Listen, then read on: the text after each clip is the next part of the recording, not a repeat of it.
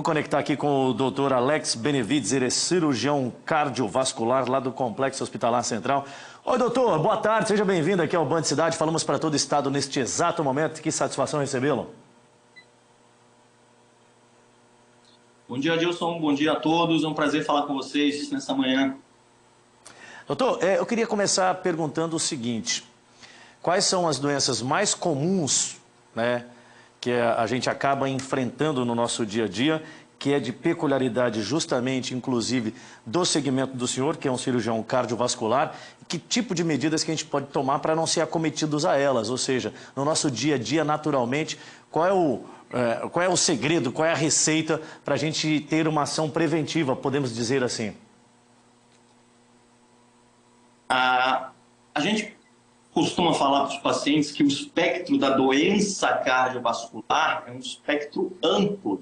A gente tem desde o próprio sobrepeso, o próprio sedentarismo está envolvido na gênese, na formação das lesões que acabam ocorrendo em todo o sistema cardiocirculatório, no coração, nos vasos e também no sistema cerebrovascular. Então, hoje está muito ligada a essa questão da circulação corporal geral, tanto circulação periférica, como a gente chama, doença arterial oclusiva periférica, você ter lesões aqui nas pernas, você ter lesões nos braços, você ter lesões nas carótidas, tudo está interligado com lesões no sistema cardio e cerebrovascular. Então, fatores de risco que agridem a esses sistemas são pressão alta, próprio diabetes, o próprio colesterol, o próprio sobrepeso. Então, são todos fatores interligados que a gente acaba protegendo o coração à medida que a gente consegue controlá-los de modo integrado.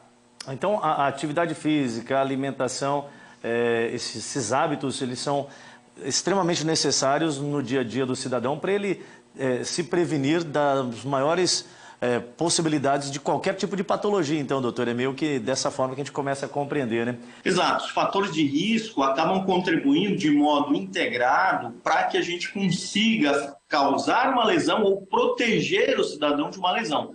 Então, o que a gente consegue fazer à medida de melhora na alimentação, melhora na hidratação, aqui na nossa região, é uma região muito quente, você tem uma desidratação muito fácil de ser atingida, então a gente sempre orienta os pacientes que façam uso da água como uma espécie de um remédio mesmo. 30 a 40 ml de água por dia por quilo de peso. Então, se você tem 70 quilos, 30 ml, pelo menos 2,1 litros de água nas 24 horas. Isso já seria um fator importantíssimo para a gente trabalhar melhora da viscosidade sanguínea, melhora da circulação, tanto periférica quanto central.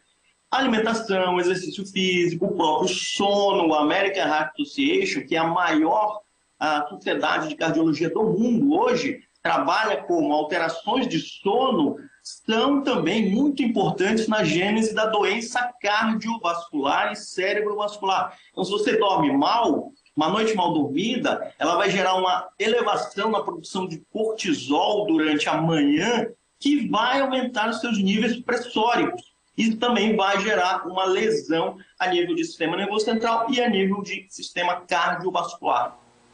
Perfeito. Doutor, uma infecção de garganta, ela pode levar à necessidade de uma cirurgia cardíaca? Como é que é isso? Isso é uma realidade?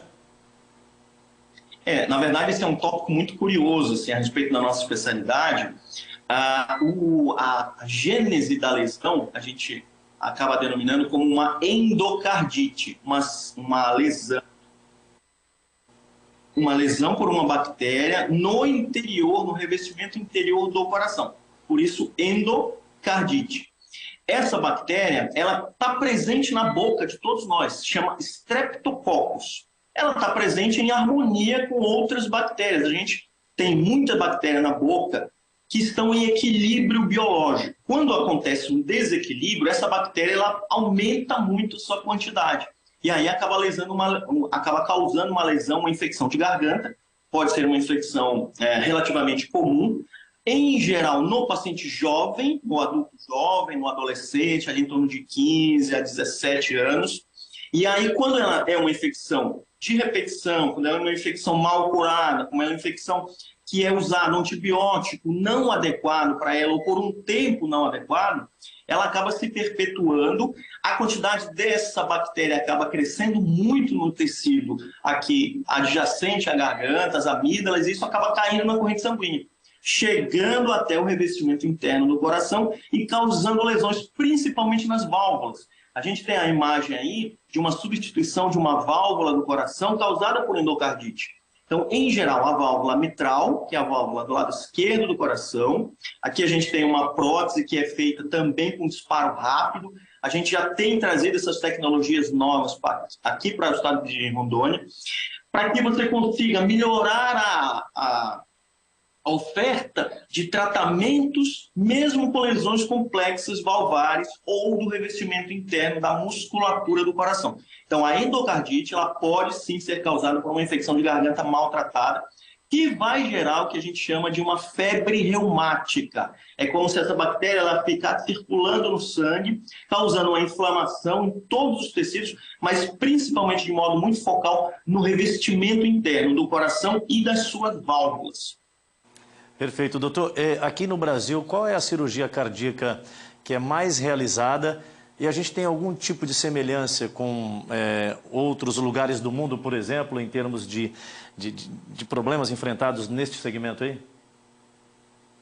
Na verdade, é muito curioso. Hoje, a doença cardiovascular ela é a doença que mais agride todas as populações do mundo inteiro e que mais causa mortes, inclusive. Seja em populações ricas, de países desenvolvidos, da Europa, Japão, Estados Unidos, seja em países em desenvolvimento como nós, seja em países da África. Essa doença, a doença cardiovascular, ela é muito comum em todos esses países e é a maior causa de morte em todos eles. Dentre as doenças cardiovasculares, a doença que mais acomete é a doença coronariana, placas de gordura nas artérias, o que nos leva à cirurgia mais desenvolvida, a mais praticada no mundo inteiro, seja ele hemisfério norte, seja hemisfério sul, que é a cirurgia de ponte safena, cirurgia de revascularização do miocárdio. Então, mesmo sendo países tão diferentes, em todos eles, em todos os serviços do mundo, serviços dos Estados Unidos, serviços da Europa, você tem a cirurgia mais praticada, é a cirurgia de ponte de safena, tá? Perfeito. Doutor, e aí se tratando da questão das inovações tecnológicas, e é claro que a gente trazendo para a nossa realidade aqui em Rondônia, o senhor é um dos grandes profissionais que dão atendimento aí no Complexo Hospitalar Central, mas eu queria falar de forma muito genérica também. Nós aqui hoje temos essas tecnologias que o mundo está utilizando para salvar vidas. Como é que nós estamos servidos, tanto de profissionais do segmento, como também tecnicamente, doutor? A gente conseguiu trazer aqui para o estado de Rondônia basicamente 3 tecnologias que são muito importantes, que causaram uma evolução tanto no jeito que você consegue atender a esses pacientes, quanto na longevidade deles. Ou seja, quanto eles vivem e vivem com qualidade depois de uma cirurgia cardíaca. Essas 3 tecnologias são placas de titânio para fechamento do externo. A gente já viu passando aí nas imagens uma placa azul, que ela não é mais o fio de aço antigo, a gente já tem essa fixação, ela acaba estabilizando melhor o osso, ela acaba diminuindo o índice de infecção e acaba diminuindo, inclusive, dor no pós-operatório desses pacientes. Então, eles usam menos morfina, usam menos analgésicos na UTI e na enfermaria. Eles têm uma volta às suas atividades de rotina, de trabalho, de lazer muito mais rápida. Segunda tecnologia, a segunda tecnologia, que não é uma tecnologia nova, inclusive, são o uso de enxertos arteriais, principalmente a artéria radial, a artéria do braço. Ela é mais compatível com as artérias do coração do que a veia safena. Ela acaba durando mais e esse paciente, em geral, o paciente jovem, acaba se beneficiando muito mais dela. Terceira tecnologia são as válvulas, que a gente comentou aqui da lesão valvar. Então, antigamente, próteses com gerações anteriores, elas duravam em torno de 5 a 8 anos. Hoje, a gente já tem aqui no estado de válvulas com tratamento melhor que já duram em torno de 25 anos. Perfeito, perfeito. O doutor Alex Benevides, cirurgião cardiovascular, trazendo um pouco de informações e também de orientações, né? Como você deve levar a sua vida no dia a dia para se prevenir das mais diversas doenças possíveis. Essa é a nossa conexão direta com o Complexo Hospitalar Central. Doutor, eu agradeço demais pela contribuição que o senhor trouxe para nós aqui. O espaço está sempre aberto, sempre que puder, vamos bater um papinho aqui. Grande abraço. Um abraço, um prazer é meu falar com vocês. Até a próxima. Até a próxima. E a nossa conexão direta com o Complexo Hospitalar Central. Sempre é bom falar de saúde.